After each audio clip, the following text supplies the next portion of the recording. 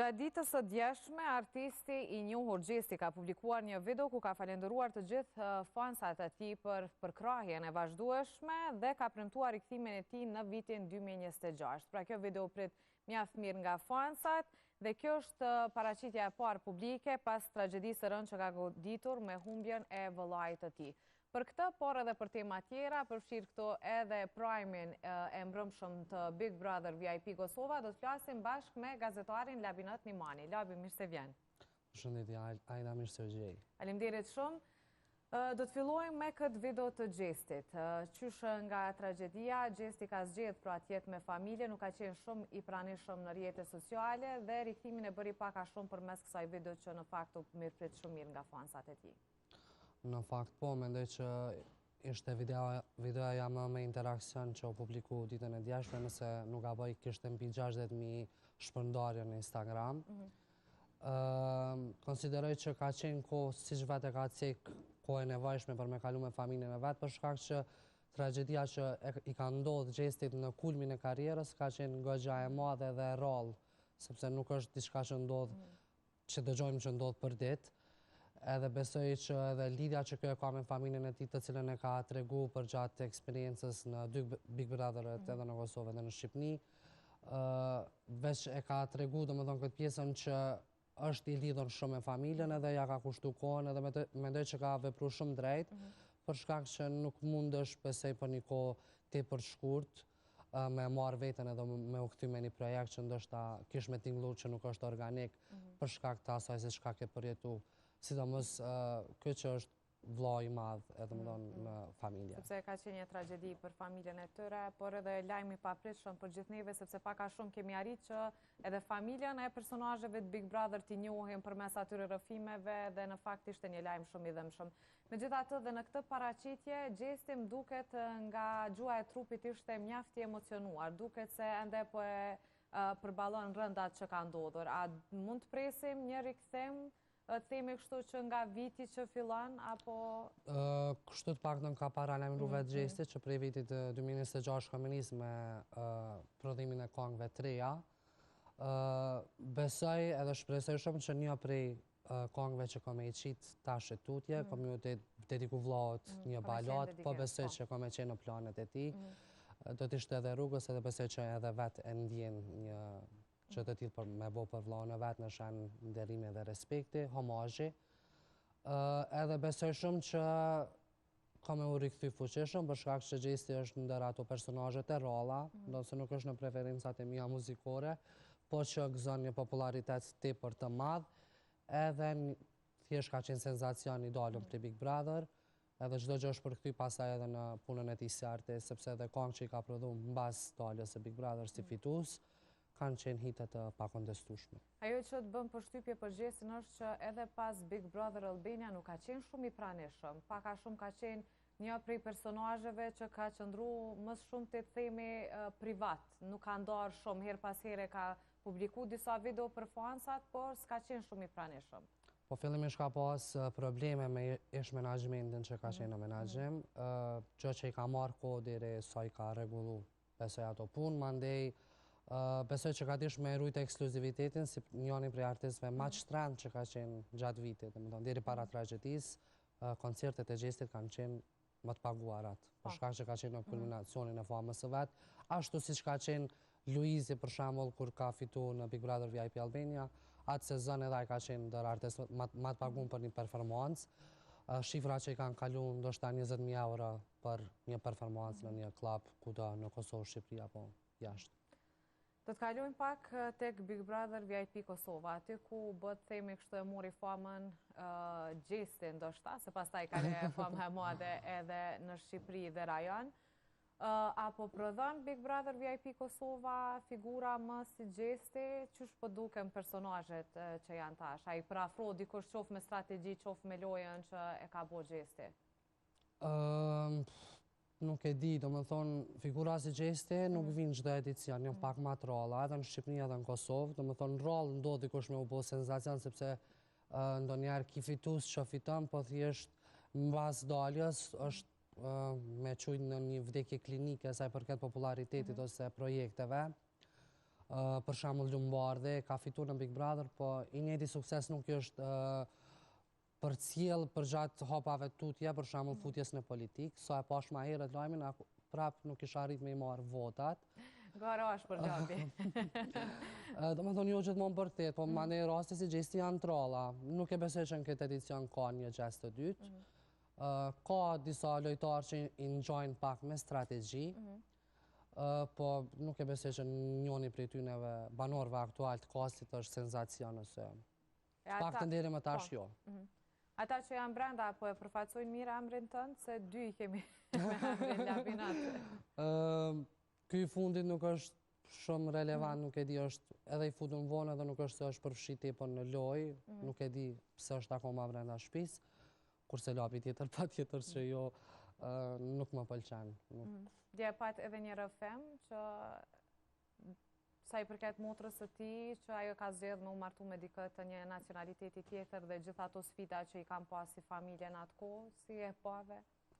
Mu zakonisht e kom cekë edhe me një postim më prekun shumë rrëfimet që i bojnë banorë, se zakonisht zgjedhin historiet më të dhëmshme të jetës që i kanë ka përcy sfidat. Më pëlqej domethënë kauza e cila ka domethënë sepse ka qenë aktualitet dhe mbetet. Ndonë se nuk është më tabu, po sërish është një lloj tabuje në shumë zona të Kosovës. Më pëlqej mesazhi që e dha, po kur flet Lapinot Rexha, personalisht nuk muna me i besu deri në fund. Kam shumë arsye për të, si kur ka qenë jashtë shtëpisë, ashtu edhe brenda shtëpisë, domethënë gjithmonë të janë me rezerva. Se pas ke besu as në intervista tona, Jo, nuk i kam besu.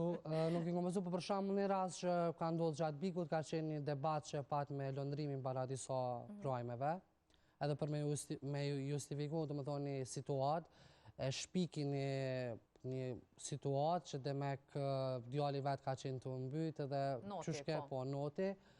Edhe s'pat bëj dhe mandi kretë postimet e ti, domethënë në Instagram edhe Facebook kanë qenë në fund me novë noti, që më shëndrojke, po thjesht për me dalë për qasoj situate, domethënë kanë gjendje edhe me kriju. Më fali, me i përdore edhe fëmijët e vetë, domethënë kur një njeri përdore edhe familjarët, fëmijët, unë zgjedh mos me i besu, gjithmonë kam rezerva për të edhe nuk më pëlqen loja ati.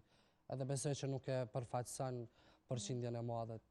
Urej që nuk janë kështu njerëzit në realitet. Derisa të shërbesh me ujlje, se ju bjen juve gazetarve. Do të flasim pak edhe për ato debate që po ka Fjolla Morina me banorët e tjerë. Fjolla njihet si një person që është eksploziv, i ka ato reagimet e menjëhershme, nuk ka dëshirë shumë me ngacmu. Sa i përket kësaj marrëditjen, u prek një periudhë shumë e ndihshme e Fjollës që ne publiku të gjithë e dim përmes disa videove që ka nda një pjesë ndihshme të jetës saj. Këto akuza, si i sheh? Unë besoj që janë akuza të liga, sado që janë në lojë dhe mënën me u përdor, i kishë përdor do është edhe dikush tjetër. Me gjithat mendoj që janë shumë të liga për ka aspekti human, unë respektoj Fjollën pas që e kom shoqe, respektoj shumë edhe si personazh publik për shkak që është ndër të parat që e ka nda me publikun, edhe një pjesë të jetës saj kur ka qenë në krizë, domethënë në kriza nervore të ta quajmë, sepse ka qenë për shkak... Pra këto lapi me që e ke shoqe, sepse nuk duani që t'ja bëjmë diagnosën këto, po kanë qenë kriza nervore për shkak situatave. Kanë qenë edhe kanë qenë të dukshme, për shkak të situatave dhe rrethanave që lidhen drejt për drejt me ngjarjen e arrestimit të saj në vitin 2021. Sepse ajo aty brenda ka përmend edhe një fazë depresioni, që pikërisht lidhet me këtë rast, sepse i është pamundsuar që me mbajt koncerte dhe jashtë në Evropë dhe shëtitjet edhe ka qenë mbyllur. Është thjesht nuk guxon, domethënë Fjolla nuk guxon tash 5 vjet po i pjan, nëse nuk gaboj se jam shumë i mirë me matematikë, po nuk guxon me kalu kufinin e Kosovës. Gjë që për të ndoshta është pak e vështirë për shkak që e dim që Fjolla është ndër artistët e para që për i me ka udhëtuar shumë. Unë mbaj mend, akoma në stradë nuk ka qenë shumë i famshëm destinacioni Maldiveve, kur Fjolla ka qenë në vitin 2011. Kështu që edhe kjo pjesa që e ka shfaq vetëm kur ka qenë ato periuda të krizave, nuk është diçka e re, sepse në showbizin e jashtëm shumë figura e ndajnë atë gjë, edhe për me u solidarizu me njerëz të cilët kalojnë për periuda të tilla. E kemi pas Britney Spears edhe shumë artistet të tjera e artist që kanë nda periuda të errta të jetës tyneve për sa i përket shëndetit mendor, dhe nuk e besoj që është e rrugës për me ja përmend non-stop në lojë. Sepse do të me di që edhe ka edhe pri atyna që ndjekin këtë format që i kanë ndështë vujtjet edhe problemet e njëjta. Se besoj që i shërben një mesazh për tjera që të bëjnë fort, ta vazhdojnë karrierën, të përballën me këto periudha që i kanë kalu, por në fakt fjollën duket se nuk po e lejojnë, sepse kohë pas kohe, edhe nga ata që e konsideruan më shoqe kur ajo hyri në Big Brother ishte pikërisht Arditi dhe Labi, që e pritën më smiri, dhe këto akuza po vinë nga ata të dy. Pikërisht nga këta dy. Unë besoj që brenda Big Brother edhe nëse ka shoqëri nga jashtë, shuhëm për shkak që është interesi i çmimit të madh dhe është shumë okay për shkak që është lojë.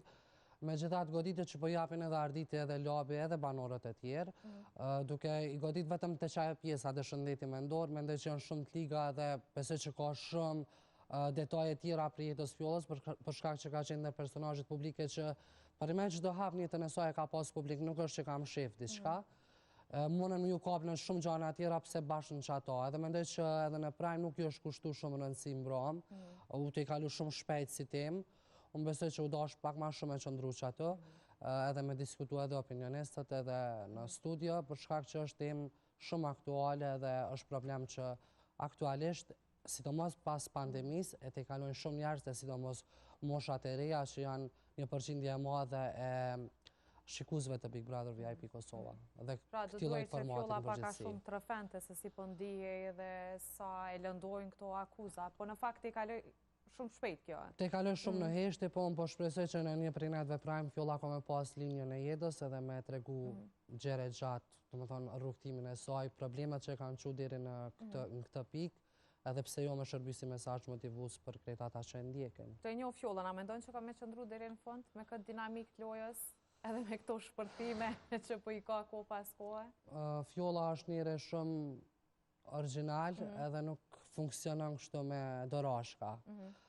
Prandaj edhe i kom pikpytet e mija nëse kom e arrit me shku deri në fund ose jo, për shkak që shpesh bjen, nervozohet letë, është shumë temperament si person edhe në jetën e përditshme, por në brenda ata që njojnë e din që fjolla për ime është shumë zamër madhe.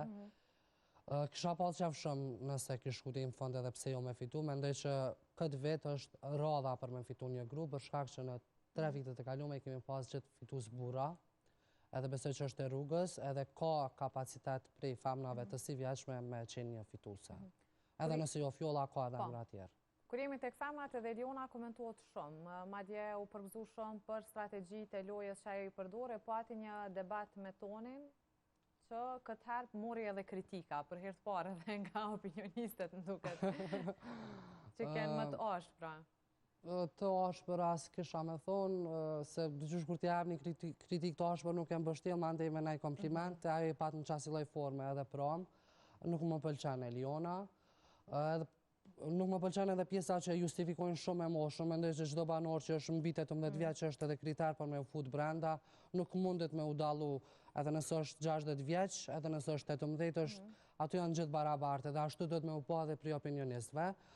Dhe nuk më pëlqen që kjo që po ndikon edhe në studio, dhe më thonë, për shkak që e dim tani më që Leonora është kategorikisht pro Elionës, edhe ja ka bo një suport shumë fort pritit të spar, jam shumë rregull me rrëfimin e saj dhe historinë e familjes, tragedin shumë trallë dhe shumë të prekshme.